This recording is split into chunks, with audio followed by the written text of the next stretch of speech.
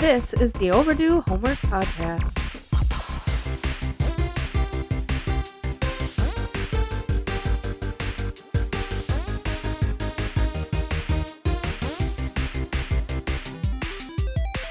Welcome to the show. That's Trav. I'm Drew. And I'm Trav. This is the Overdue Homework Podcast, and as always, we are here to give you our opinions on 80s and 90s media. Don't forget to contact us at podcast@overduehomework.com. Trav, how you doing? Doing really good, Drew. Good. Working a whole bunch, but you know about that. I do know about that. I am definitely also working a whole bunch, but 'tis the season. Tis the season. Tis the season, that's for sure. But how are you doing? I'm doing pretty good. I got a new tattoo, so that was pretty cool. Hey. Yeah, here, I'll show it to you real quick. It's nothing cool. It's nothing cool. No, it isn't. It's actually my son's birthday in the SNES font. So nice. I just thought it was kind of cool. 31323. I don't know. sweet. Whatever, right? Yeah. New tattoo. It's healing up nice. I'm going to have to go in for a touch-up. You know, when you do a lot of black, it's like always got to do touch-up. Yep. Just the way it goes. But it's a free touch-up. Nice. So it's good. Where do you go here? Mecca. Mecca. Yeah. Trent, you're great, Trent. You're great, I know Trent. you're a listener. I've told you about my podcast every time I've gotten a tattoo from I'm you. sure he's a big-time listener. Big-time listener, Trent. Shout out to Mecca Tattoo if you guys want to sponsor us. I'll do it for free tattoos. Yeah, dude. Me too. I actually got a gift. So during the month of December, they do, if you buy $100 worth of gift cards, you get $100 worth of gift cards. Oh, okay. So Kristen will do that for like a Christmas gift for me. Sure. So then we'll have $200 worth of gift cards to Mecca to go get tattoos. Nice. And then we go get tattoos. Did she get the same thing? No, she got a big floral thing on her shoulder and her okay. upper arm that is carnation and a daffodil, which is Evelyn's birth flower is a carnation and Cameron's is a daffodil. Oh, cool. It looks really good. Trent did an amazing job on it. Like when I got there a little bit late because we were doing something and she had to leave to make the appointment. I got there late, and so I get in there and I kind of peek around, and I was like, "Whoa, that looks amazing, Kristen." Nice. I think it's just black line work, no color or anything like that. So I think because she is porcelain, as they like to say, she's not pale, she's porcelain.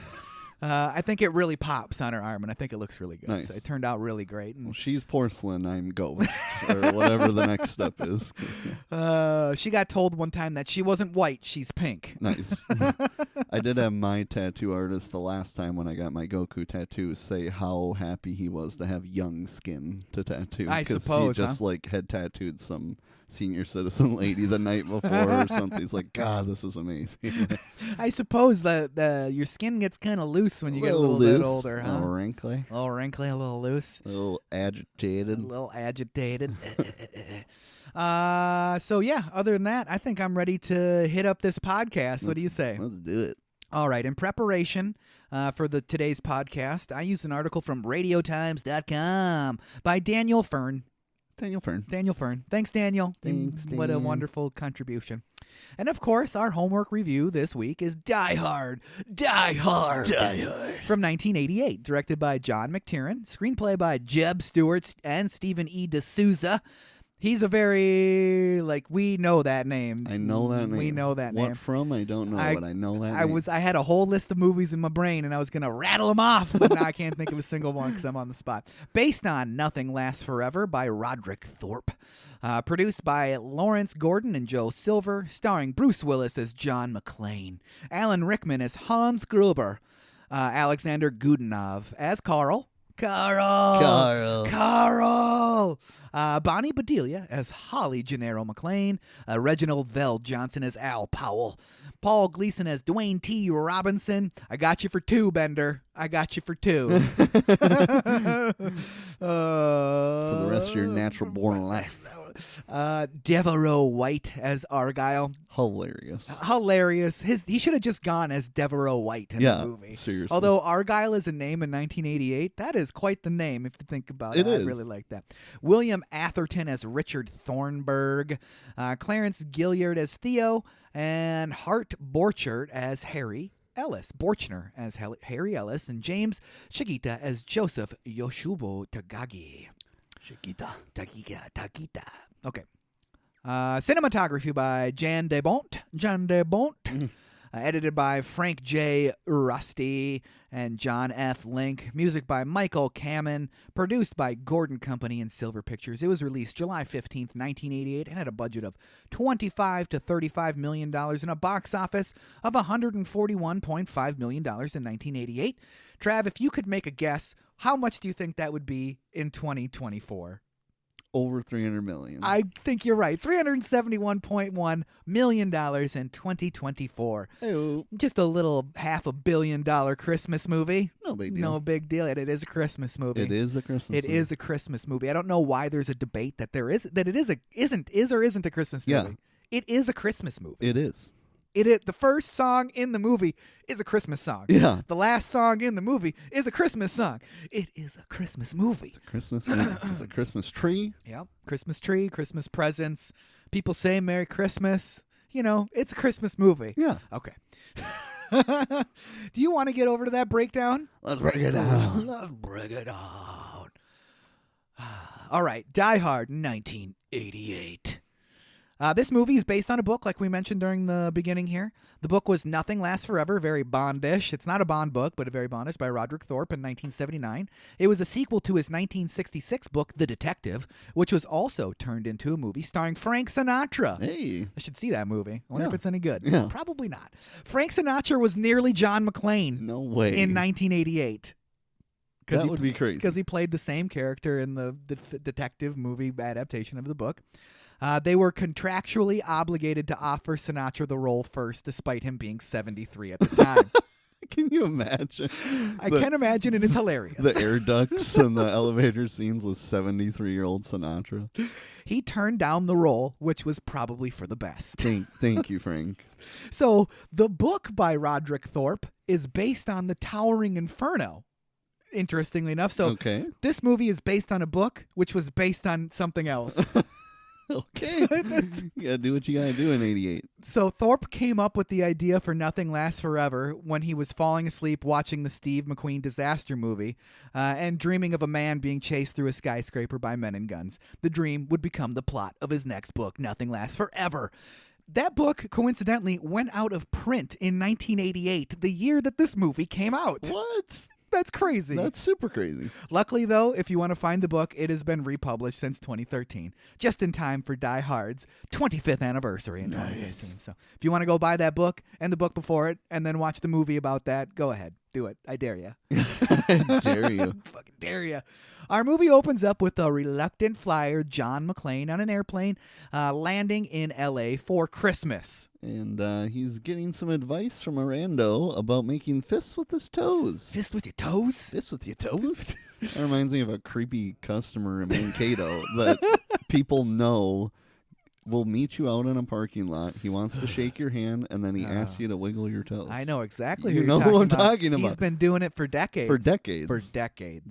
Decades. He's Scary. Like when I was a kid. Yeah. Like, okay. Like, that's crazy. I forgot about that dude completely. Oh, my God. It's apparently making a fist with your toes after a long flight is better than a hot shower and a cup of coffee. I can't imagine. I guess. I guess. We also have an openly carrying, John McClane is openly carrying a gun on an airplane on a commercial flight.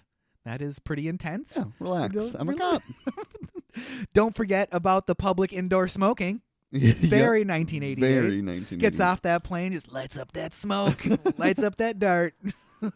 So cool, the smoke in the 80s. Boy. You know? So cool. We flash over to the Christmas party that John's trying to get to. The Nakatomi Corp is having a banner year thanks to Holly, his estranged wife. She's getting hit on by Harry, and of course the dude's name is Harry. Obviously. This Of is a movie course. from the 80s and 90s, so Yeah. somebody's named Harry in this movie. He is a sleazeball. Obviously. She retires to her office and brushes off Harry. She's got a family, and it's Christmas. She ain't got no time for a douche like Harry. Yep. Plus, she still loves John, like Yeah. way more than she probably should. But we'll Right. get into that later. She also advises her pregnant assistant to get up and get a drink. Okay. You think this kid can handle a sip of champagne? He's ready to 10 bar. Go get wasted, prego. Okie dokie. Next, we're over at the McClane residence. We meet Holly's kids. We see a picture. We see the picture on her desk. It's John. They're estranged. She's hopeful that this trip will reunite the family and make up the spare bedroom, Paulina. What would I do without you, Paulina? She already did it. Yeah. She already did She it. already did it. She already did it. Back at the airport, and there's a car waiting for John. He had no idea that there was going to be a car waiting for him. Yeah. Just like all of a sudden he sees his name. Hey, that's my name. I've kind of forgot how like big that was in 80s and 90s movies, the scene with somebody holding a placard at an airport. I have never seen that in my life in real life at an airport. Me neither. Does that actually happen? I mean, movies say yes. So just maybe not at MSP. Right. Maybe not in Minneapolis. But I always think of Beavis and Butthead Do America. Yep. When they can't boot head. It's you moron. Oh, Behave. Behave. Oh, we need to do that movie, Trev. Yeah, we do. We meet Argyle, nonetheless. It's his first time driving a limo. Right. First time ever. Yep. I don't know what I'm doing, dude. I've never driven. I don't know who gave me the keys to this thing. That's okay. It's John's first time riding in one, so he sits up front in the limo. Yeah. That's not limo etiquette. So. And constantly lighting cigarettes in the beginning of this movie. Yeah. Just constantly. He should just be chain smoking them, lighting one with the other. Right. Just constantly lighting cigarettes. We get the skinny on Holly and John's relationship. They are estranged because she chose a career over John. He couldn't leave NYC because he's a cop, and he owed it to the force before he could abandon his job and family. He couldn't leave NYC because he's a cop, and he owed it to the force to do his job and abandon his family. Yeah, naturally. Which, by the way, it is definitely not Holly's fault that they are estranged. No. Not one bit. That should be pretty clear with this conversation with Argyle. Not one bit. But, as they arrive to Nakatomi Plaza, we get to hear that sweet, sweet jam of the 80s Christmas rap by Run DMC. Christmas in the House. I love that song. It's so good. It's like a really perfect way to open up this movie. It is. It's a Christmas song. It's a really perfect way to open love it. Yeah, it's such a good song. As soon as that record's scratching, you know exactly what song it is. I love that so much. Fox charged itself to rent Nakatomi Plaza. Nakatomi Plaza was actually the 20th Century Fox headquarters. The company charged itself rent to use the unfinished building. All right. Why? Sure. It must have been for tax purposes. Yeah. That's the only thing I can really think of. Everything. Argyle, he's going to hang out in case things don't go very well for John and Holly. He's like, just give me a call on the phone, man. I have nothing but time. Nothing but time. Call me on my cell phone. So John, he heads into the building, and we get some futuristic touchscreen action in the lobby of that building. I love how futuristic that is. It's so bad. I also love... So John discovers that Holly's using her maiden name, so that's not looking good for John. But I also love how he finds Holly Gennaro's name, and the guy that said, the guard that said, hey, use the touchscreen to figure out where you need to go, still had to say... Go up to the 30th floor. That's where the Christmas party is. Right. Why don't you just tell him that? There's nobody else in the building, he says. Seriously. Why is John there besides the Christmas party? Right. Like, come on. Even after he touches the screen and gets the name, he's still like, yeah, go up to the 30th floor. You couldn't have just told me that to begin with? Yeah, dickhead. Come on. So everyone's on the 30th floor. That is where the party is. So we're at the party. John gets kissed by a guy. Fucking California. He does say that also in the airport because that girl hugs her boyfriend in public. Yeah. That's enough for him to be like, fucking California, man. Fucking California, where I'm from, New York, we don't ever hug each other. I guess. Maybe I couldn't figure out if he was commenting on the way she was dressed. Yeah. Which maybe in 1988 that would look out of place, her wearing basically leggings, but that's not out of place now. I did think that watching it. Yeah. I didn't think, I don't wear leggings, of course, but I didn't think leggings were a thing till at least the 2000s. So I'm guessing maybe not. Maybe it's a reference to jazzercising health fitness people. Sure. It's LA, so everybody's into being healthy and stuff. And so maybe seeing that in public was weird in 1988. I guess. But to our eyes in 2024, it's like, why is he pissed at this lady hugging her husband, boyfriend, whoever that is? Right. He was pissed at her either way. So after John gets kissed, John gets to meet Joe Takagi. He takes him to Holly's office, and Harry is doing some blow, and his boss doesn't care. At all. Super obvious. Super obvious. John even says, hey, you missed some. You missed some. And even Joe's like, this is Holly's boyfriend or Holly's. This is Holly's cop, Holly's policeman, whatever Right. he says. John immediately is kind of taken aback by this Christmas party and is kind of questioning it a little bit. He's like, you guys throw quite the party. I didn't think you celebrated Christmas in Japan.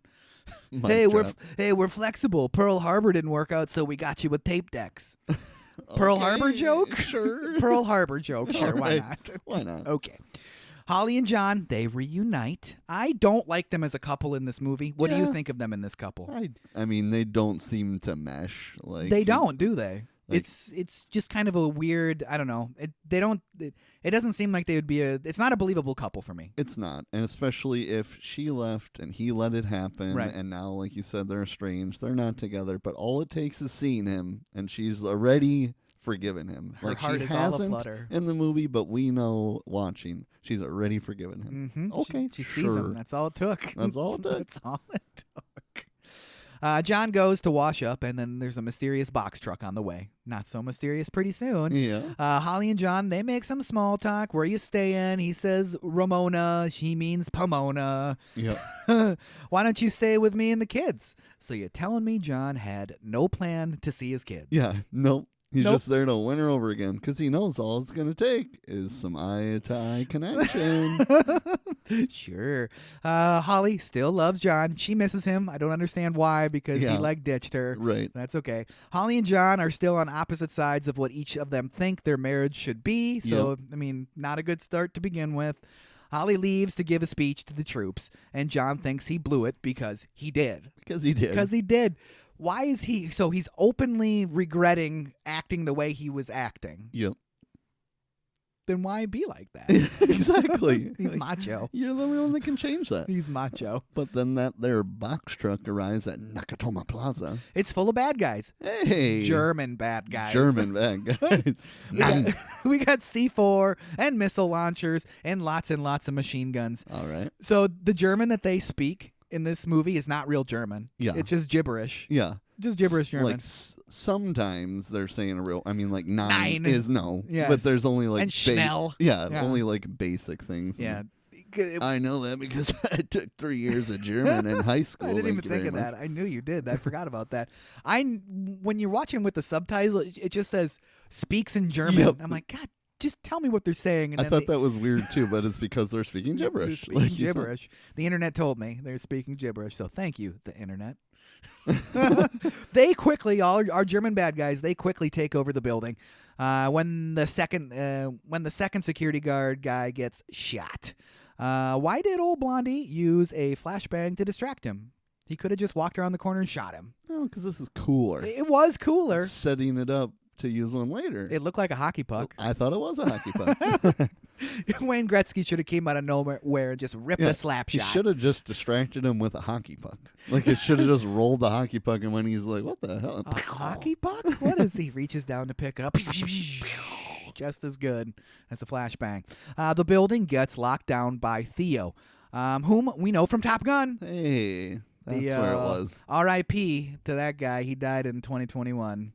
Dang. Walker, Texas Ranger, too. Did you love that show? I know you did. I mean, I've only seen a few episodes, but I There- love Chuck Norris. There's a very funny episode of that. Well, I shouldn't say very funny episode of Walker, Texas Ranger because it was played in a completely serious fashion.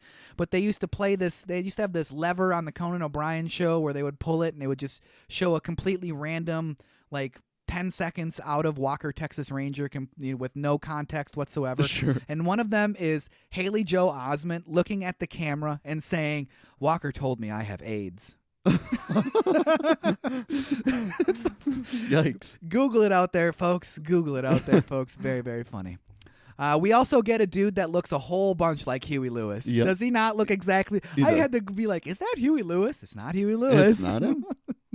He takes over the front desk. All the phone lines get cut via chainsaw.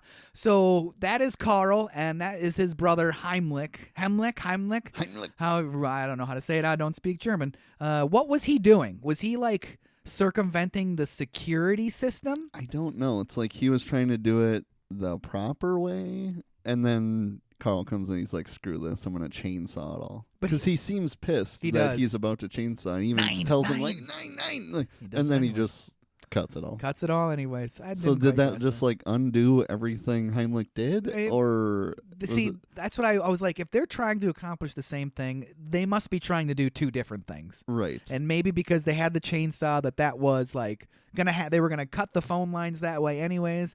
Maybe cutting the phone lines would have set the security system off, so he's trying to bypass the security system. I didn't get it. I didn't get it either. I was trying to rationalize it in my brain, and I think that's what it is. It's the security system they're trying to circumvent. And then Carl's just like, fuck this shit. Wow. Back upstairs, and John is making fists with his toes. Hey, thanks, Rando from the airplane. And he can't believe it because it actually works. He feels like a new man. Yep. Hans and the bad guys, they finally make an appearance at the party. This was Alan Rickman's very first film. That's awesome. That is awesome. And he's like, he looks like he's been in movies for decades. You would never be able to tell this. Never. I would have never guessed that. That's yeah, for sure. Prior to Die Hard, Alan Rickman had never appeared in a feature film and was mostly known for his stage and TV work in the UK. Straight from the UK. John, he escapes to the stairwell because they're shooting that place up. And he's like, save everybody or run away. Save everybody or run away. I'm going to run away. To his credit, he would have probably been shot and killed. Obviously. He maybe would have got a few of them. But very important to note that he is barefoot. Yes. Take the second to put your shoes on, brother. Do it, dude. And he goes upstairs. Yeah. Why would he go upstairs? That I do not know. There's so much commotion going on. He could have just hoofed it down that stairwell, made it downstairs in 2-3 minutes. Right. Found Argyle in the parking ramp, used the phone he's got in his vehicle, called the police. But then we wouldn't have a movie, right? We wouldn't have a movie. We wouldn't have a movie. Hans lets everyone in on what's going down. He's pissed at the legacy of greed that the Nakatomi Corp has created. He wants Takagi. And he gets Takagi. Yeah. I don't know why they had to make such a big thing out of that scene. Why is he going around saying he's a father of 5? Like, then he's like, went to Harvard and he did this and that. Does it matter, really? Yeah. And then Holly tries to stop Joe from going forward. Like, don't do it. Like, to me, all that does is like validate that he's the owner of this giant, powerful corporation. Right. He's like listing all these amazing accolades that he did that a Joe Schmo like you and I could never accomplish, and that's supposed to like piss everybody off. I guess. I guess. Okay. I don't get it. Sure. Anyways, they go to his office. Where there happens to be a vault. Dun, dun, dun. Full of money. Lots and lots of money. Hey. $604 million in bearer bonds. I don't know what bearer bonds are. I don't either. And how does this work? You can just take them and deposit them in your account. They don't have your name on it or anything. They just get all those bearer bonds. They just go down to the local credit union. And I can cash these in. I'd like to turn these in. Okay, what do we got? $604 million worth. Okay. Sure, here you go. 1, 2. I'd like that in 1s, 5s, and 10s, please. Hans and friends, they want the code to get into the vault. You want money? What kind of terrorists are you? Who said we're terrorists? The villains originally were terrorists in the book. So who said they were terrorists? The original script. The original script. They were supposed to be terrorists. The original script based on something else. Okay. No dice. Takagi isn't going to give it up. That's a very nice suit, Mr. Takagi. It would be a shame to ruin it. I'm going to give you to the count of 3. There will not be a 4. Give me the code. 1, 2, 3. I don't know what to tell you. I don't have the code. You're just going to have to kill me. Okay. Literally blows his brains out. Right there. That's a pretty graphic scene. That's probably the most graphic scene in the whole movie. It is. Yeah. Definitely. I'm immune to it at this point, obviously, but I'm sure it was crazy in 1988. I thought it was awesome. The internet ruined a generation of people already, didn't it? Yes, it did. It sure did. His brains are everywhere. John saw the whole thing. We'll do it the hard way, is what Hans says. Oh, yes, he does. It's okay, sure. John almost gives up his location, but he hides behind a locked door. Carl's got a good set of ears on him. He does. And he also doesn't care what to find out what's behind a locked door where he thinks he heard somebody. Just jiggles it. There's nothing. There's nothing. There's nothing. That's enough for Carl to be convinced that there is nobody around. Theo is tasked with breaking into the vault. Great. After all they did, bring him along, and it wasn't for his charming personality. No. He's kind of He plays like a weird, like arrogant, nerdy guy. Yeah. Even he's trying to talk all nerdy with his weird voice the Right. whole movie. But he like oozes confidence. He too, does so, until Argyle gets a hold of him. Yeah, and John is up there. Like you said, he went up a few floors. Yes, and he did. He's hoping that Argyle will come through. He must have heard all the shots. Nope, he's just chilling in the limo talking to chicks. Useless. Totally useless. Yeah, baby, I'm gonna come by and pick Yeah, you baby. up. Just chilling next to the big teddy bear. Time to set the explosives on the roof. Theo lays down the timeline to getting into the vault. 30 minutes to break the code. 30 minutes. 2 to 2.5 hours to break the mechanicals. And the 7th lock, however, is out of his hands. Yikes. The Scary. electromagnetic seal, the circuits cannot be cut locally. Dun, dun, That's a dun. problem. Why are they even trying? Why are they trying? We don't. It's not apparent yet. At Yeah, least. it's not. But John pulls the fire alarm. Good idea. Good On idea. the 32nd floor. Hans knows there's a fly in the ointment. Ooh. John thinks he did it. He sees them coming down the road. Yeah, There's there we sirens go, there we go. ablazing. Come on. But not so fast. All the emergency responders turn around. You stupid motherfuckers! Turn around! The hunt for John McClane is on. No one is coming to help him, Nope. though. Says the tall, blonde German terrorist. Heimlich. That one was Heimlich, right? Heimlich. He reminds me so much of Evan Peters playing Dahmer. I don't know if you watched that. Yeah, on I didn't Netflix. watch it, but I can. He looks You are a right. lot like him Yeah, in right. that. A very tall Evan Peters. I love how that guy shoots up the floor pallet behind the pallet that John was hiding behind. He Just jumps like, over "Sure." there. He sees that there's nobody over there, and then still shoots the unloads ground. half a clip. John distracts him with the sound of a saw Yeah. and gets the drop on the dude. But John won't hurt him, right? He's a policeman. Come on. Yeah, that's what my sergeant always tells me. No, That's not the case. John is out for blood. you Yes, know? he is. He's way out of district. He's- It's fine. yeah, he doesn't It's care. Fine. It's a great fight. yeah, it is. It's brutal. They fall down some stairs and the guy breaks his neck. That's it. Hey, one less terrorist. That is it. One less terrorist. We're back with Theo, and he's working on the vault with a giant drill. Okay. Yep. John sends the dead terrorist down in the elevator, and John tries to take his shoes. But the guy has feet smaller than his sister's. Ugh, brutal. Son of a gun. Just keeping it going with that barefoot John. Back with Hans and friends, and he tries to talk some sense into his hostages. But Takagi is dead, so they're not super receptive. No. And the same can happen to you. Remember, we leave nothing to chance. Ding. One dead terrorist. And he's got painted on his shirt, now I have a machine gun. Ho, ho, ho. And a radio. And a radio. It's interesting when he's about to send Heimlich down in that elevator. He like looks at the holiday decorations and gets like a little smirk on his face. He's like, I'm gonna dress this dead guy up. This is gonna be Yeah. hilarious. Oh, man, I don't normally get to do this in New York.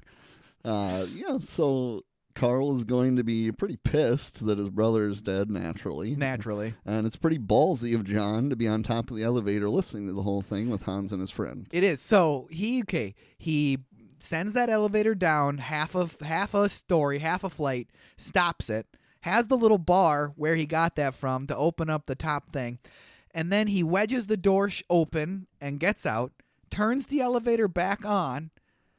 How does he get on top of the elevator? Because as soon as he turns the elevator back on, those doors are going to close. Yeah, And it's going to be going down. that we do not know. We don't get to see it, so we're just saying he's very fast. We just have to assume he's very fast and very awesome. Sure. I was just like, how did he get on top of that? Okay, whatever. That whole time, I'm expecting like a sweat droplet to come Oh, that through would've the been grid or great. something and land on the shirt. But That would have been great. no, it didn't happen. Should have. So he's taking inventory of the terrorists and their names. He's writing them down in Sharpie, it looks like, on his arm. Yep. And he, instead of just writing a number of how many, he's got to do the hatch marks. Yeah. Like Okay, sure. Whatever. Back up, John goes to the 32nd floor, and Carl's pissed. He wants blood. And Hans is adamant that they don't alter the plan. But what if he alters the plan? And Hans is like, oh, yeah, that's a pretty good point. That is possible. We're going to burn that bridge when it comes. But Holly knows something is wrong. Cops? No, it's John. It's John. And she says it out loud, too. Yeah. It's John. It's John. And everybody heard her say it. Harry isn't too keen on John's meddling. No. Harry sucks, so who cares? Basically.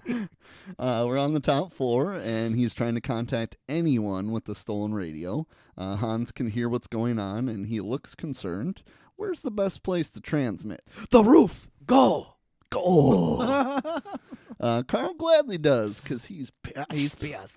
The police don't believe John. This channel is reserved for emergency use only. No shit, lady. You think I'm trying to order a pizza?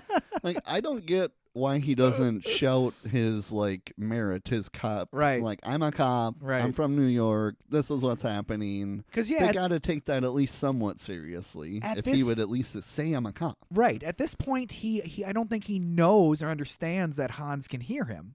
Right, yeah. So you'd think that he would have spilled the beans. Like, listen, lady, I work for the NYPD. Yeah. My name's John McClane. This is serious shit. Get Right. some cops down here. But he No. doesn't do that. That's okay, though. So Carl and the crew are on the hunt, and nobody kills him but me. Carl Just says. injure him. Just injure. As John is arguing with dispatch, he gets shot at. Ugh. And that's still not enough to convince the lady on the other end to take John's call seriously. She would know what the sound of gunshots over a radio sounds like. Right. So she would be like, oh, my God, there's gunfire. Let's He get was some- being serious. Nope. Nope. See if there's a black and white to drive by. That's it. To do a drive-by. That's it. Okay, sure. Yep. Okay. Enter Al. He's getting a bunch of Twinkies for his pregnant wife. Yeah. Like, a lot. From the gas station. It probably been way cheaper to go to the grocery store. Way cheaper to go buy 2 full boxes with how many he grabs from the overpriced gas station. I thought you guys just ate donuts. Al heads over to Nakatomi Plaza, and John is still getting shot at. Still getting shot at. He looks less good than Arnold did while hip firing with a machine gun. Though. Yes, that's very true. I mean, his biceps aren't nearly the size of Arnold's. No. So what do you expect? That's true. But I did notice that almost everyone, including John and all the Germans, do a lot of hip firing. A lot of hip firing. Is there something wrong with portraying aiming down the sights of the gun? Does that make you look less badass? I don't know. Hip firing was all the rage in the 80s. All the rage. All the rage. But sure. Speaking of Arnold, Die Hard is not a sequel to Commando. Another movie that we need to get to in this podcast. Definitely, because I've never seen it. Ooh, it's so good it's one. perfect. Popular internet urban legend states that the film was originally meant to be a sequel to the 1985 Arnold Schwarzenegger action movie and was later rewritten. Screenwriter for both films, Steven D'Souza, has insisted that Die Hard was always meant to be a standalone and was never linked to Commando. Carl thinks he has John trapped, but he escapes into the elevator shaft. The shots looking down the elevator shaft are very dizzying, and I really Yeah. like them in the movie. I Mhm. like them a lot. It really gives you that. It gives you a sense of anxiety and dread. That's another layer on top of the anxiety that you feel from the constant threat of being shot in the face. Right, yeah. Definitely. John is slowly getting bloodier and bloodier. Yeah, he is. He's trapped, and he has to hang from his gun strap in the ventilation shaft. Oh, fuck. This gets me so anxious watching Definitely. it. When I was watching it by myself, I'm just starting to sweat Right. watching a movie Right. because I know how dead I would be in Yes. this situation with my sweaty Oh, hands. even when he knocks that metal grate out of the way he gets in there, and then you can tell he's like trying to see how far down it is, Right. and then it finally hits, and he's like, "Oh my Okay, god!" so I would die. All right, Definitely dead, I would John. die. All Definitely right. dead. And he literally just positions his gun, which is probably about half an inch big enough on both sides of this frame, and then just dangles from the gun strap. And the gun strap like slowly like lets out Yeah. also on the thing, so that would be frightening. And on top of, I mean, my hands already are going to sweat in this situation. He's barefoot. Yes. You have no grip in any sense of the way. He's sweaty and bloody. Oh, my God. He would have just, in actuality, as soon as he would have gotten over the end, it would have just been like, whoop. Oh, God, that was a 40-minute movie. That was crazy. But he makes an impossible leap and fall. Yes. Impossible. I mean, he does not get where he's he does not get where he's trying to go. He just falls into the abyss, but somehow still grabs onto a different ventilation. Check out the grip strength on John McClane. Hey, that is definitely top 5 grip strength. Top for this 5. podcast. I think Pete's mom just got bumped from the list. Yeah, definitely. McClane falls down a ventilation shaft. It was an accident. The stuntman was supposed to grab the first vent, but missed and continued to fall. The shot was used anyway and edited with footage where McClane grabs the second vent. That's interesting. That's kind of cool, actually. When I had that knowledge and I watched the movie for my last time yesterday, you can tell, like, when the stuntman does make that fall, his back, like, he's facing inward to the shaft. Okay. So there'd be no way for him to actually have grabbed a lower ventilation shaft, whatever, you know? Right. So, but it is very good, clever editing to make you think that he grabbed it. Yeah. It's still really cool, though. So John is in the air ducts now. Yes, he is. Hans wants Carl to lock John down and neutralize him. Carl doesn't listen to Hans. Nope. Why would he? Because he wants blood. And big mistake on Carl's part. It is a big mistake. We get that iconic lighter in the air duct. If you've never seen this movie, you've seen that. You've seen that. You've seen for that. sure. If you've been alive in the last, 40 years, Right. you've seen that. You've seen that. Come on. Come out to the coast. 'Twill get together. Have a few laughs. Now I know what a TV dinner feels like. Couple of great lines. They're cheesy, but I love them either way. Carl is still on the hunt. He knows John is in the ducks. So he shoots him up. Yep. Narrowly missing John. Narrowly missing, kind of like the True Lies, shooting all the way down the stalls, except for the last one that has Arnold in there. But, Carl pushes on the ducting, and getting distracted at the last moment, obviously. John is safe for now. I love how he, is just so ready to just shoot him. Carl right in the face. I stand by the fact that he probably should have shot him anyways. I think so. Just shoot him in the face and then back out. Yeah. Really fast. Seriously. Al shows up and slow rolls the place. It's about time. There's no sign of a disturbance. Who's driving this car? Stevie Wonder? I'll take a Stevie Wonder reference. I'll take that. Definitely. Al, he goes in for a closer look. Huey Lewis greets Al at the front door. What can I do for you? Al, he's going to take a look around no matter what Huey Lewis has to say, so he's going to take a look around. John wants to know where the cavalry is. He sees the one cop car, but that's it. Yeah. That's it. He's like, what the hell is going on? He resorts to breaking a window to get Al's attention, only drawing attention to himself. Right. And ramps up the action of the movie, so I'm fine with that. 2 terrorists show up, and John immediately kills one of them. The second one chases him under a table. Next time you have a chance to kill someone, don't hesitate. You don't have to tell John twice because he's going to shoot that guy right in the dick. Yeah, he is multiple times. That's a terrible way to die. Like dick and kneecaps. Just, That's the first time somebody's legs get destroyed in this movie. It happens again, and both times I'm like, ugh. It's brutal. It's very brutal. Bruce Willis suffered hearing loss on the set during this scene. His ears were the only part of him to suffer any type of real-life damage from shooting this movie. Extra loud blanks were used for realism during filming. Okay. And in this scene where the Willis gets shot underneath the table, it left him losing 2/3 of hearing in his left ear. Jeez. That's too bad. That is. Whose idea? Hey, let's use we got regular blanks and we got extra loud blanks. What? Use the extra loud ones. Seriously. Al, he leaves, so John throws a body at him. That's one way to get somebody's attention. Definitely. Got my attention. Damn, God damn it, Jesus Christ. Welcome to the party, pal. Al floors it in reverse, and his squad gets lit up by the remaining terrorists. They're turning it into Swiss cheese. Argyle has no idea what's going on still. He's just chilling in that limo, jamming out. Just chilling. I feel like he'd be able to hear the gunshots. I would think Maybe. so. Maybe. That's but all right. It makes a hilarious scene, It so does. it's fine. It does. So that that teddy bear or that giant bear that's in the limo that Yeah. John brought with him is also in the movie The Hunt for Red October, I guess. Okay. I don't know the context of that because I saw that movie probably 30 years ago one time. So apparently it's in both movies. Same writer, same director. So Bringing up that teddy bear, Yep. we've already acknowledged that he did not come to see his children. Right. So this is for his wife? Yeah. Okay. I guess. I didn't even think about that till right now. Like, he had no idea he was going to see his children or not. Nope. So that was for either just in case. Just in case. Or it's for Holly. I would bet it's for Holly. All right. Maybe. Sure. I don't know. Anyways, Argyle's just jamming out in the limo, completely oblivious to everything.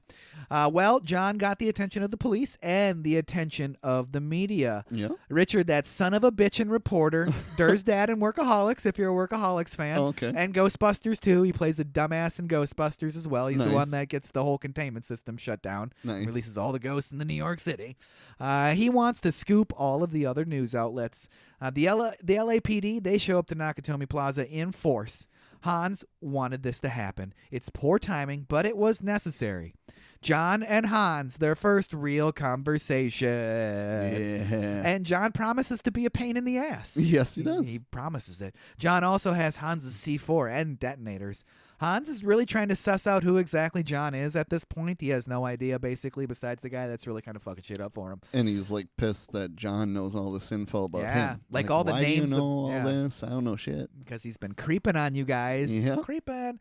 Just another bankrupt. Is John just another bankrupt American that saw too many movies like John Wayne and Rambo? John turns out to be partial to Roy Rogers and his sequin shirts. Yeah. Great. I'm glad that you like those, John. I wish he would have worn a sequin Roy Rogers shirt. That's kind of difficult to say. Do you really think that you have a chance against us, Mr. Cowboy? Yippee-ki-yay, motherfucker. So Bruce Willis came up with the yippee-ki-yay catchphrase. He amended the original line to make the crew laugh while they were messing around on set, and never thinking that it would be kept in the film. It became so iconic that it has appeared in every sequel since. Yep. That's a great ad-lib by Bruce Willis. Awesome. He came up with yippee-ki-yay, motherfucker. Which is for sure one of the top 3 iconic lines of the movie. If For not sure. the most iconic. I bet you if you said yippee-ki-yay to anybody that is from the age of 20 to 65, they would follow it up with motherfucker. Right. They would finish Seriously. your line, yippee-ki-yay, motherfucker. Yep. I mean, it's just part of the zeitgeist, if you will. Yep. So we're back with Richard, and he wants a news van. He gets it. And the lead anchor of the news station, Harvey, he's a dummy. Yeah. Why do they cut to this news anchor, this news station a few times during the movie? And I guess we'll talk about it in a little while. We'll talk about it. So we're back with Hans and friends, and Carl confirms Hans' worst fears. Marco and Heimlich are both dead, and the detonators are gone. Theo is told to hurry things up with the vault because, shit's kind of getting real for Hans here. Yep. Al and John, they have a convo, and their friendship, it begins. Mm-hmm. John fills Al in on all the deets. He's like, thanks, guys. And about all the guns, the explosives. There's enough to orbit Arnold Schwarzenegger, another Arnold reference. Huh? You got some badass perps in here. They are professionals. Come on, Al, let's get something going here. And the principal from Breakfast Club shows up. Hey. He sucks in this movie as well. Yeah. And he's playing like the same character. Like, it Yeah. seems very similar. And to be clear, not sucks as an actor, sucks as a human being. Yes. Like, he's an asshole in both movies. Yes, he's Like, an asshole in both movies. He doubts everything that Powell has to say about John. Powell thinks John is a cop. He is. And Deputy Police Chief Dwayne T. Robinson thinks John could be one of the terrorists or a bartender, for all I know. Bruce Willis, he wasn't even the second choice for this role. What? Isn't that interesting? So after Sinatra turned it down, Clint Eastwood turned it down. They kept it old for the second person they tried to get out. They tried it. Sylvester Stallone turned it down. Harrison Ford turned it down. Robert De Niro turned it down. Mel Gibson turned it down. Richard Gere turned it down. Burt Reynolds turned it down. Oh, my God. And then Bruce Willis got the role. He was paid $5 million for it, which at the time was kind of an unheard fee for a movie. Yeah. He had to be personally approved by the president of Fox, Rupert Murdoch, to get this role. That is insane. You would that he think- was reluctantly cast. How many of these people are pissed they didn't take that role? I can't believe a Mel Gibson didn't take it. 88 is like peak Gibson. Yeah, what you probably don't know off the top of your head, but Lethal Weapon first one, was that early? God, that might have been mid-80s? I would if I had to take a guess between 84 and 87. I don't know them. So yeah, this definitely seems right up Gibson's alley. I can see why he maybe didn't want to take it then, because Lethal Weapon and Die Hard are kind of a similar thing. Ish, similar, and he had just gotten done doing those Mad Max films too, so True. maybe. True. And I'm not going to go there. Never mind. I was going to say something else, but I'm not going to go there. Not gonna go there. So it's interesting. He wasn't even the third choice, and Rupert Murdoch still said, I need to personally approve this choice. We're really treading our wheels, but I still need to personally approve this choice. He would have said it with an Australian accent, though. Aye, crikey. Oh, we need crikey. to approve this choice. Back inside, and Holly is the de facto leader now that her boss's brains are all over the place.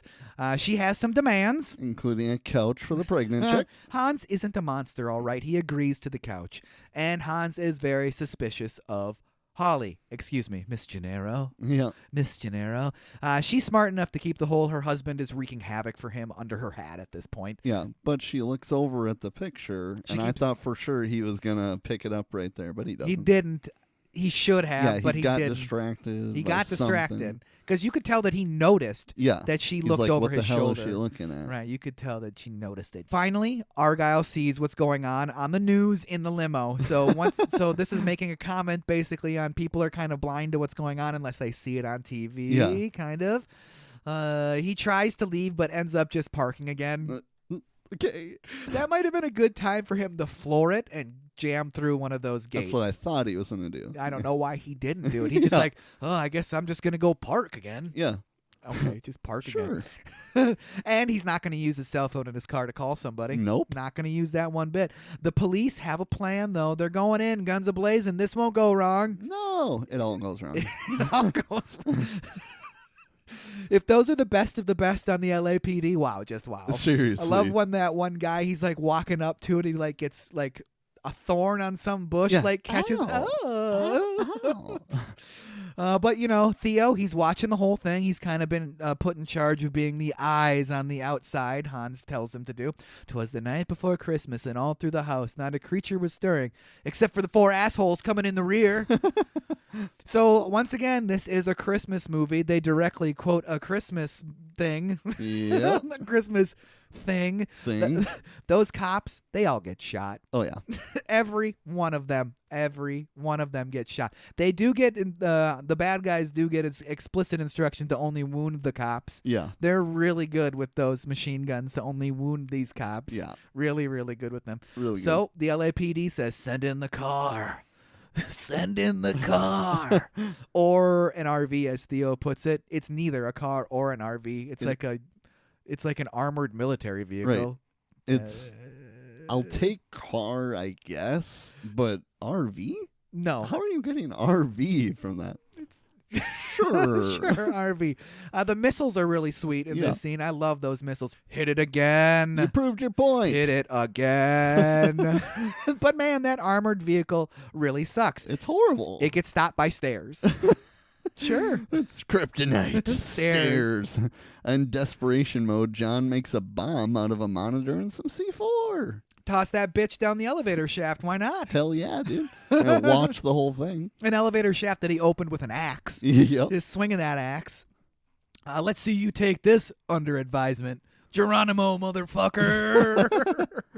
Wowie. What an explosion. Tell me that you got that. They were very excited to get that on the news. It blows out the whole first floor. Yeah. The whole first floor.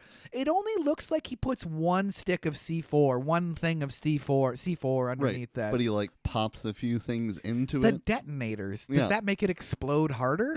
I guess. I guess so. We'll go with it. And not that he should necessarily be suspicious that Holly or any innocent people are down there, but still. it seems a little courageous. Yeah, To just and like, fuck it. that fireball shoots all the way up to the 32nd floor because Yeah. he's on the floor with all the construction. Yeah. Because he's like, the 30th floor was where the party is. The 31st floor is computers. Yep. 32nd floor was construction. Yep. And then the 33rd floor was where that place where Takagi got his head blown off. Yeah. So that explosion goes all the way up the shaft and blows the door off of it even. Yep. How much C4 did he put on that thing? Seriously. And would a monitor, like, what is the monitor's purpose in that explosion? To create some sort of a spark or something when that cathode ray tube kind of explodes when it hits the ground? I guess. don't- Would it create a spark? I don't know. I don't really know, but it worked. It worked. I mean, it was cool. It But was very cool. It blows out that whole first floor.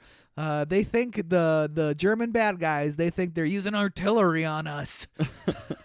You idiot. It's not the police. It's him. It's John. Hans knows that it's John. Yeah. We find out that Hans was a member of the West German Volksfrei movement. He was expelled from the organization, though, for being too extreme. Yeah. John, he calls Al. That was me. Is the building on fire? No, but it's going to need a new coat of paint. That's an understatement, Al. That's an understatement. Do you like the idea that this might be a spin-off, or Family Matters might be a spin-off of Die Hard? I really so technically Family Matters is a spin-off of Perfect Strangers. Okay. And that would make Perfect Strangers a spin-off of Die Hard if Al's character, I mean, it's not the same character because they have a different name, but I like to think that Perfect Strangers is a spin-off of Die Hard, and then Family Matters is a spin-off of Perfect Strangers. Is he in Police Academy too? I don't know if he's in Police Academy. I don't or think not. I've ever seen it, but I swear he is. Anyway. We'll say he is. David Spade's in Police Academy 4. Oh, nice. He plays a skateboarder. A skateboard. Yes. Robinson butts in, but doesn't want John's help. John doesn't care one bit. Nope, not one bit. I mean, after all, he's not the one that got butt-fucked on national TV. Burn. Total burn. Burn. Everybody laughs. Everybody thinks it's hilarious. Hilarious. It is kind of fun. Back to Al. You hang in there, pal. You hang in there. Thanks for the confidence, Al. Yep. Harry is back in the movie. Yep. He wants to talk to Hans. He wants to give him John. It's not what I want. It's what I can give you. Harry sucks. He does suck. Hans sees right through him. Hans, Bubby, I'm your white knight. Back to John and Al. They talk Twinkies because of Al's wife. Yeah. And John remembers that he has kids that he's abandoned. Hans butts in and the jig is up. He knows who John is, but miraculously, Harry hasn't gone completely turncoat. Harry and John are old buddies, and he wants product placement Coke. Yes, he does. Just a tiny, tiny bit, though. Just a little bit. Just a tiny bit. Harry cuts to the chase. John, I think you could get with the program a little, huh? The policemen are here. Now it's their problem. Now tell these guys where the detonators are so no one gets hurt. That's a great Harry. I like that. That's a great Harry. John ain't getting with the program, though. You don't know what kind of man Hans is. These people are going to kill you. They did, in fact, kill Harry Ellis. I like how John was like, this guy, you don't know, this guy's going to kill you. He's going to do it. Where are my detonators, or I'll shoot another one. He just holds the radio up to the screaming crowd of people. Where are my detonators? Robinson is pissed. And Al ain't having it. He goes to bat for John, and Robinson backs down. He does. He's like, come on, John's like, he's a cop, you know? He's the only one in there. Why do you think he gives a fuck what you think of him? And Robinson's like, I guess I'm dumb, so I'm out of here. Yeah. So Hans talks to Robinson and makes demands. He wants another imprisoned revolutionaries across the world freed. And Robinson has 2 hours to comply. Robinson, he can't do it. I don't have the authority. What are you talking about? I love how he's on the phone later and he's spelling out one of the terrorist organizations. He's like, it's very funny. He can't do it. But the twist, Hans doesn't even care one bit if they do it. It's all a ruse. It's all a ruse. So back to the vault. And Theo almost is at the last lock. It's going to take a miracle to get through it. It's Christmas. Have faith, Theo. Have faith, Theo. Have faith, Theo. John and Paul have a chat, and they smell Hans's bullshit. Needless cut to the news station to make a comment on the news's role in situations like this. That's the only reason I can even think that they have anything besides Richard about the news. I can understand having Richard in there and having a little bit of like the guy that wants the scoop, Yeah. the guy that's going to be a dick here pretty soon and track down the kids. But the news already has like an expert on hostages on the screen. So that's the only thing I could even think of is the fact that maybe they're trying to make a comment on how the news plays a role in the reasoning for these things happening to begin with. Yeah. That's the only thing I can think, because it's a needless cut to the news station. There's no reason for them to go Right. back to the news station. It's not giving us any more story. No. It's just trying to editorialize in the movie a little bit, which is fine. It's fine, but it's needless. Definitely.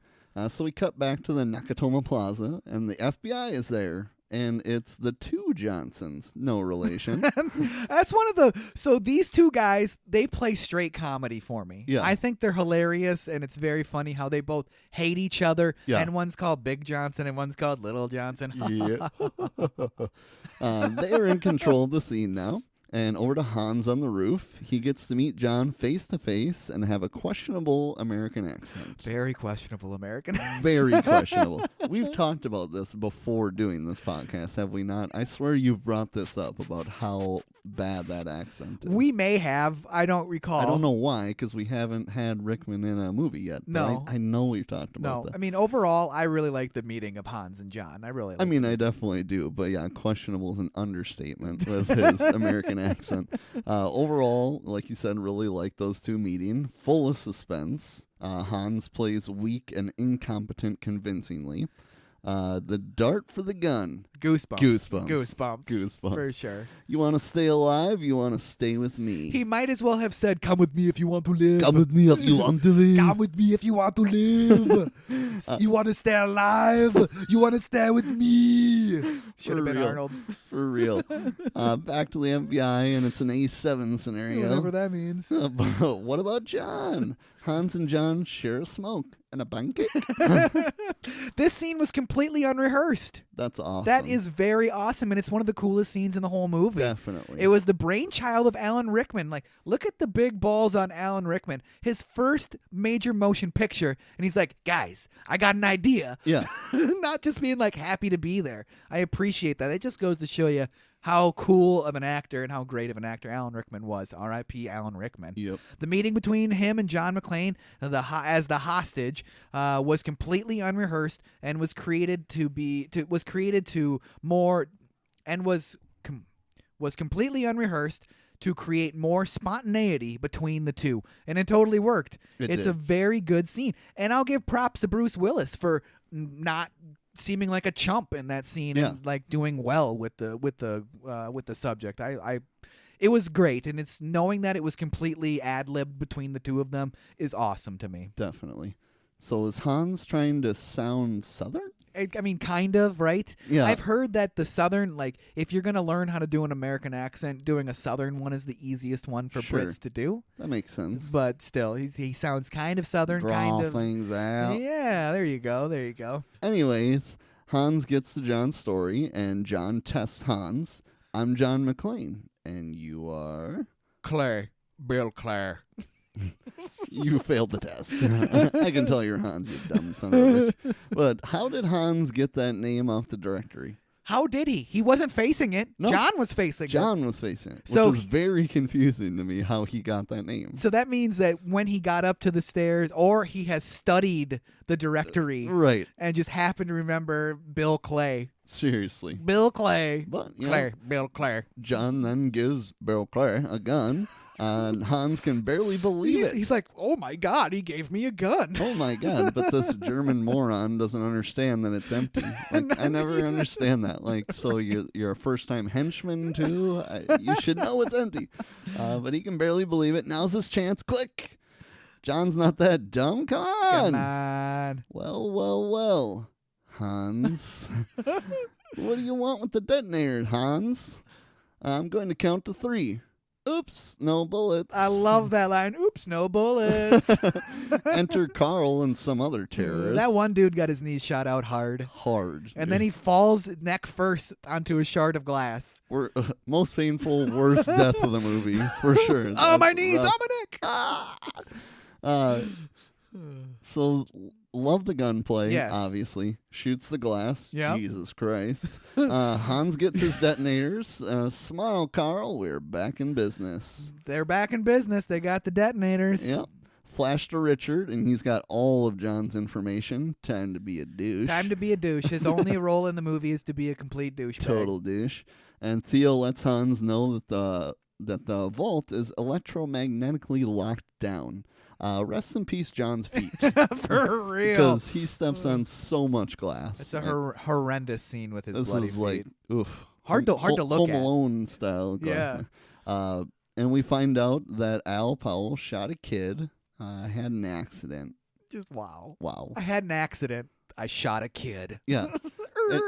And I don't know, you're like, I don't know if they expect you to feel bad for him in this, but as he's explaining, they don't teach you how to deal with a mistake. That's Like, a it's big a pretty big mistake. A 13-year-old kid that you just blasted because he had a fake gun. Okay. It was dark, and I shot a kid. It was dark. The FBI is ordering the power to be cut to the building. Vis-a-vis, the electromagnetic lock will be disengaged. There you go. The FBI feed right into Hans's plan. The power is cut, and Hans is in. The vault is there for the taking. It's almost like a spiritual moment, isn't it? Yeah. It's like, Merry Christmas, motherfuckers. And the FBI's plan, Give them what they want. give them the choppers. Damn right, right up the ass. Hello, this is Agent Johnson. No, the other one. That got such a legit laugh for me Yeah. every time I watched it. Yeah, I'm like, dude. that is hilarious. No, the other one. Here come the fully loaded helicopters. Now that Hans has what he wants to talk to the FBI. When the choppers touch down on the roof, Hans is going to blow it. Boy, oh boy. So John, he calls Al.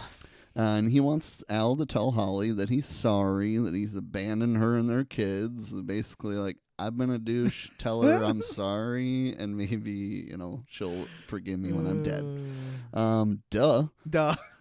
We all know you've been a douche, John. Watch your ass, and you'll make it out of there. You can tell her yourself. Thanks, Al. Thanks, Al. John has a hunch that he needs to check out, though, and Richard is going to interview John and Holly's kid.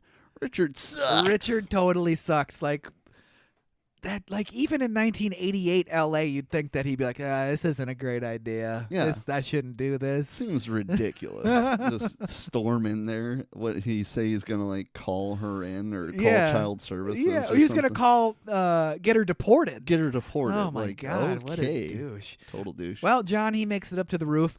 What were you doing, Hans? What were you doing? He was checking on the assload of C4 that's up there. Like Mother of God, there was a ton of C4 up there. A ton. Like maybe even a physical 2,000 pounds of C4 Seriously. up there. Like, time for Carl versus John. It's an epic fight, one of the best.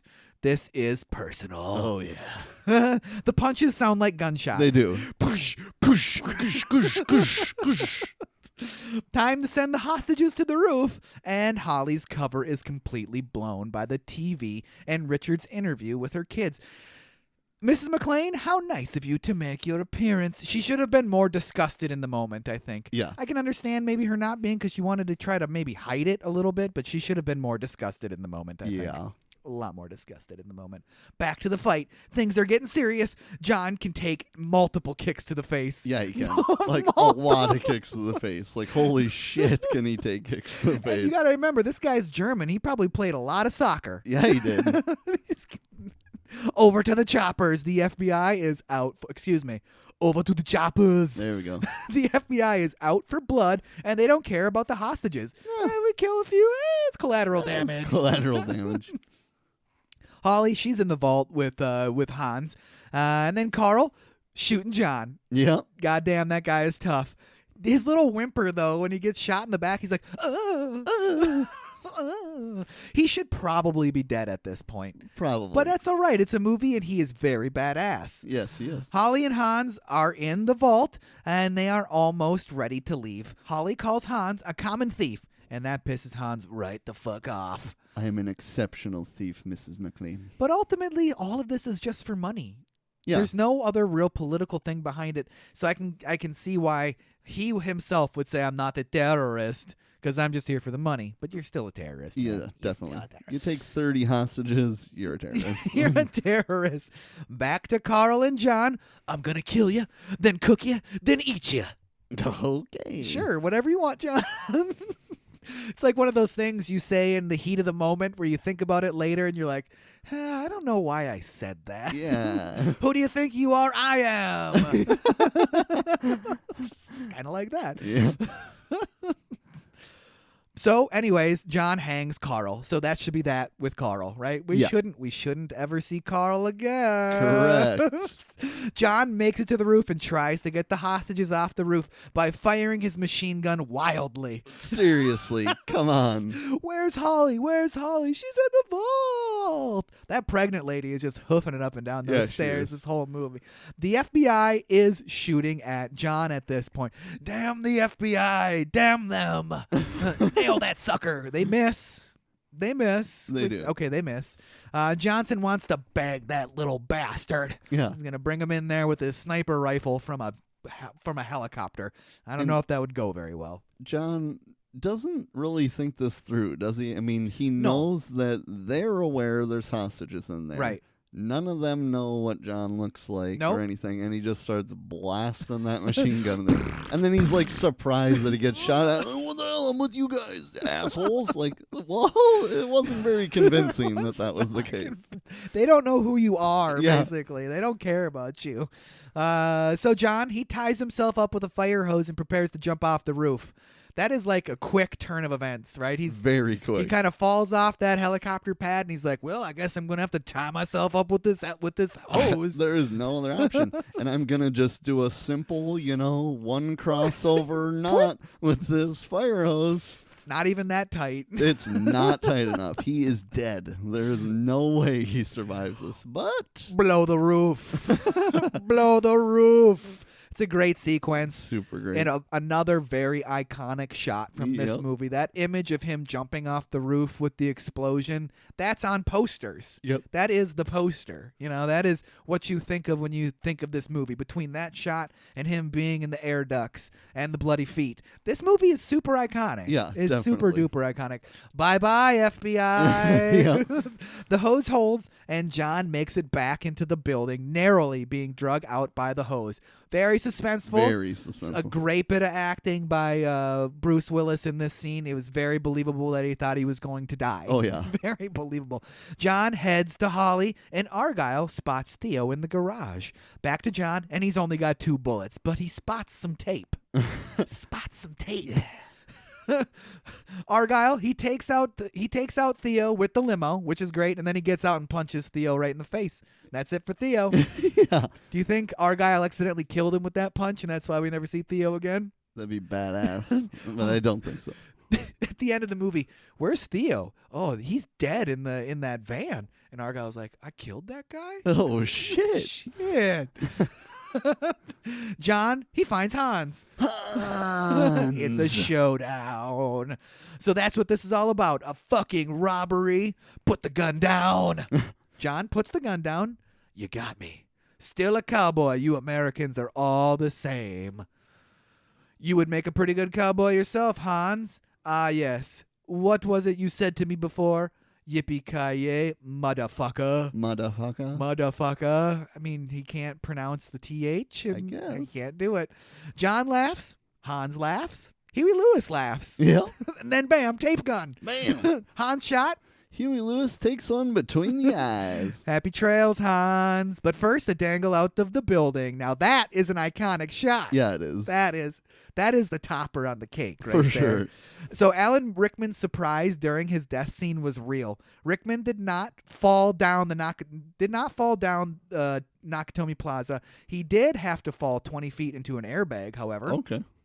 But the stuntman that dropped him said he was going to count to 3, and dropped him on 2 instead of 3, so leading to his genuinely terrified reaction. That's amazing. Picture this, though. Sam Neill was offered the part of Hans Gruber before Rickman. Okay. Could you see Sam Neill doing that part? I don't know. Straight from this into Jurassic Park. I don't think it would have been as good. I don't think it would have been as good. I think it would have been...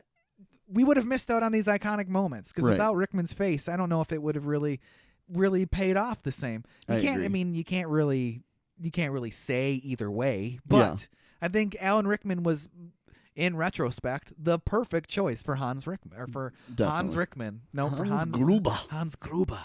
Hans Gruber. Boy, I hope that was a hostage. That's a funny. That's a pretty good line by Richard T. whatever his last name was. Yeah. And it's a happy ending. John gets his wife back. Al and John are like brothers now. Yeah. He even sheds a tear over him. Al, he's like, Al, I love you. I'm gonna cry about it. I can't believe.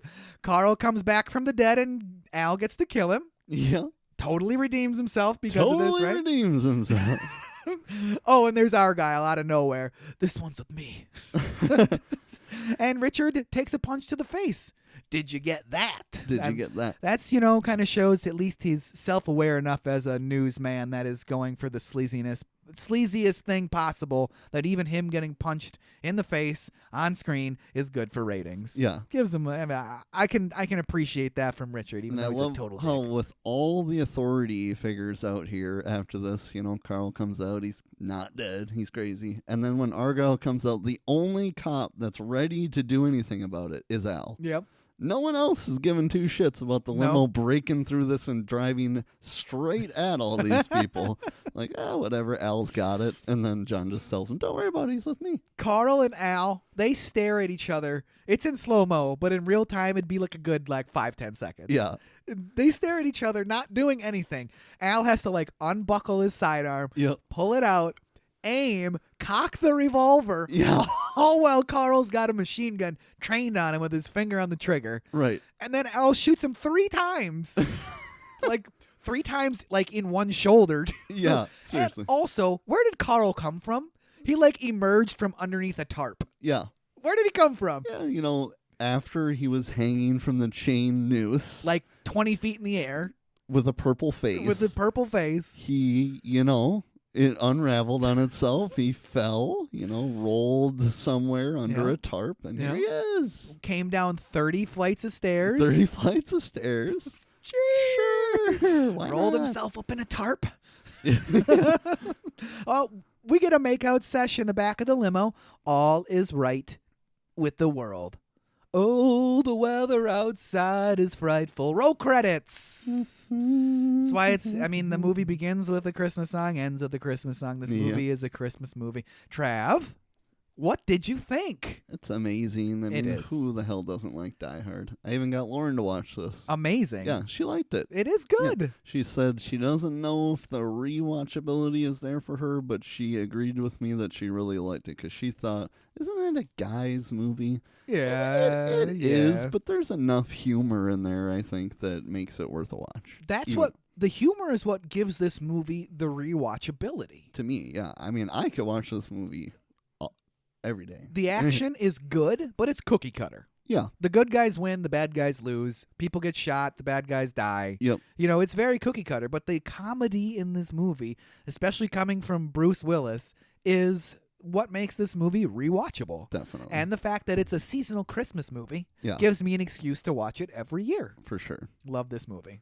I love this movie, man. It was really, really good, and I wish that I had watched it more in my lifetime than I agree. have. That's what I told her. I haven't seen this since I bought the 4-pack on Blu-ray. So, I don't know, 14, 15 years ago, I feel like. Right. And I'm watching it multiple times thinking, why the hell haven't I watched this more? It's really good. One of the times I was watching the movie in my basement, and Kristen was in the other room working, and the movie ends, and I just go, Kristen, That movie is really good. Yeah. You just get done with the movie. It's surprisingly emotional and Mhm. fulfilling at the end Yep. with John and Holly getting together. Even though I don't find their relationship very convincing, it still is emotional enough. Argyle makes it out of there, no problem. Yep. Al totally redeems himself. Yep. The bad guys lose, the good guys win. It just was fun. It was really, really fun. And it was Really just a fun. very good movie. It gets... I'd say it gets a lot of credit. This movie gets a lot of credit, but if you have not seen this movie, you should have watched it before you listen to the podcast. But this movie is worth your time. Every Definitely. bit of your time. Everybody your time. Every Agreed. bit of your time. You got anything else on the movie, Trav? The only thing I can throw in is my little Friends thing. So Yes, yes. in Friends, they're obsessed with Die Hard. Oh, like okay. they love the movie Die Hard. Joey rents it, they watch it, and Ah. then he's like, "All right, let's make it a double feature. Die Hard 2." Turns out he rented Die Hard 1 again. Like, Two Joe, this copies. is Die Hard 1 again. And he's like, "Well, if we watch it again, it's Die Hard 2." And it's a super hilarious scene, but as much as I love Friends, this is one of the very few. There's a lot of plot holes, but this is one of the main ones that bothers me as a Friends fan. Is they're insanely obsessed with Die Hard. Yeah. They talk about it in this scene and multiple other times. Bruce Willis is then in the show, Oh. not as Bruce Willis, but as some totally random person who's the father of a student of Ross's that he's dating, and he winds up being with Rachel for part of it. It's all yeah. great. It's funny. I Uh-huh. love Bruce Willis. But I don't know why they did that. I feel like they could have still had him be Bruce Willis and just had this student that Ross dates, last name be Willis, and then it be a shock that it's Bruce Willis's daughter. I hate that. Well, how are you obsessed with this movie with Bruce Willis, and then Bruce Willis is in the show not playing Bruce Willis? It blows my mind. They should have just had him play John McClane. Yeah, or had him play John McClane. That would have been even better, Just have him actually. play John McClane. They should have done it. And have it, maybe his name is like John Thompson, but then they reveal that he's actually John McClane and he's in witness protection. That would have been amazing. And then Joey and Chandler are like, what? What? Oh, man. They really dropped the ball on that. They did drop the ball on that for sure. This is just such a great movie. Let's move on to the homework assignment. I can't talk about. I want to talk about Die Hard for hours and hours and hours, but it's time to move on to the homework assignment. We are doing 1997's Mouse Hunt. This is a personal favorite of Trav's. Oh, yeah. This is homework for me. Nice. I can't wait. Homework for me. Isn't this like your first true homework assignment? I'm trying to think of what else have we done that might have been a true homework assignment. Like I feel like Species maybe you had never seen. Species is it might have been Species. I feel like I had maybe seen Species on TV, but it could have been Species as a homework assignment. It could have been. But I think this for sure is a true homework This assignment. is a true homework assignment, which is great for me. because I've had a lot of them, but you have not had too many. True homework assignment for me, and it's a recommendation by my co-host Trav. So great recommendation, Trav. Directed by Gore Verbinski, written by Adam Rifkin, produced by Bruce Cohen, Tony Ludwig, and Alan Rich, starring Nathan Lane as Ernie Smuntz, Lee Evans as Lars Smuntz, Maury Chacin as Alexander Falco, Christopher Walken as Cesar, Christopher Walken. I can't do a Christopher Walken. Can you do a Christopher Walken? Come on. I can. Okay, save it.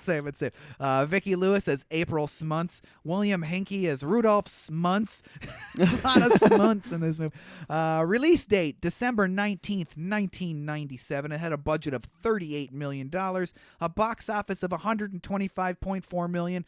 That's $242.4 million in 2024. $125.4 million? Dude, did you expect it to be that high of a number? No. There's no way you expected that. This movie made like 3 times its budget. Yeah. They were just lining their pockets with money with this yeah. movie. How did I not see this movie? It seems like it was a big deal in 1997. I mean, it was to me as a kid, at least. But. Seems like it was a really big deal. Can't wait to do it, Trav. It's going to be a lot of fun. It's a family film. We haven't done a family film since Mighty Ducks, so I'm excited to do another family film. And then, little hint, we got a little Nickelodeon coming up after this one. Hint. Yep. All right, Trav, you want to hit me with that outro? We sure can head into that outro. Let's do it. So we're at another end of an episode with no emails. Motherfuckers. All I can do is cry about it. But honestly, this is one of my favorite parts of the show is the emails. So if it's at all one of your favorite parts of the show, you need to email us. Please, so that I have things to say. Not things just to read. Not just spam emails Yeah, that are not filling just up. spam Please. emails. Those Give us don't count. suggestions. Tell us we suck. Ask us Anything. questions you want us to answer. Anything. We've probably said things that you can ask us, and we'll answer them again because Yeah. we've done so many damn episodes. Yeah. But email us at podcast@overduehomework.com. Make sure you are following us on the socials, Instagram and Facebook at Overdue Homework Podcast. And as always, make sure you tune in to the next exciting episode of the Overdue Homework Podcast.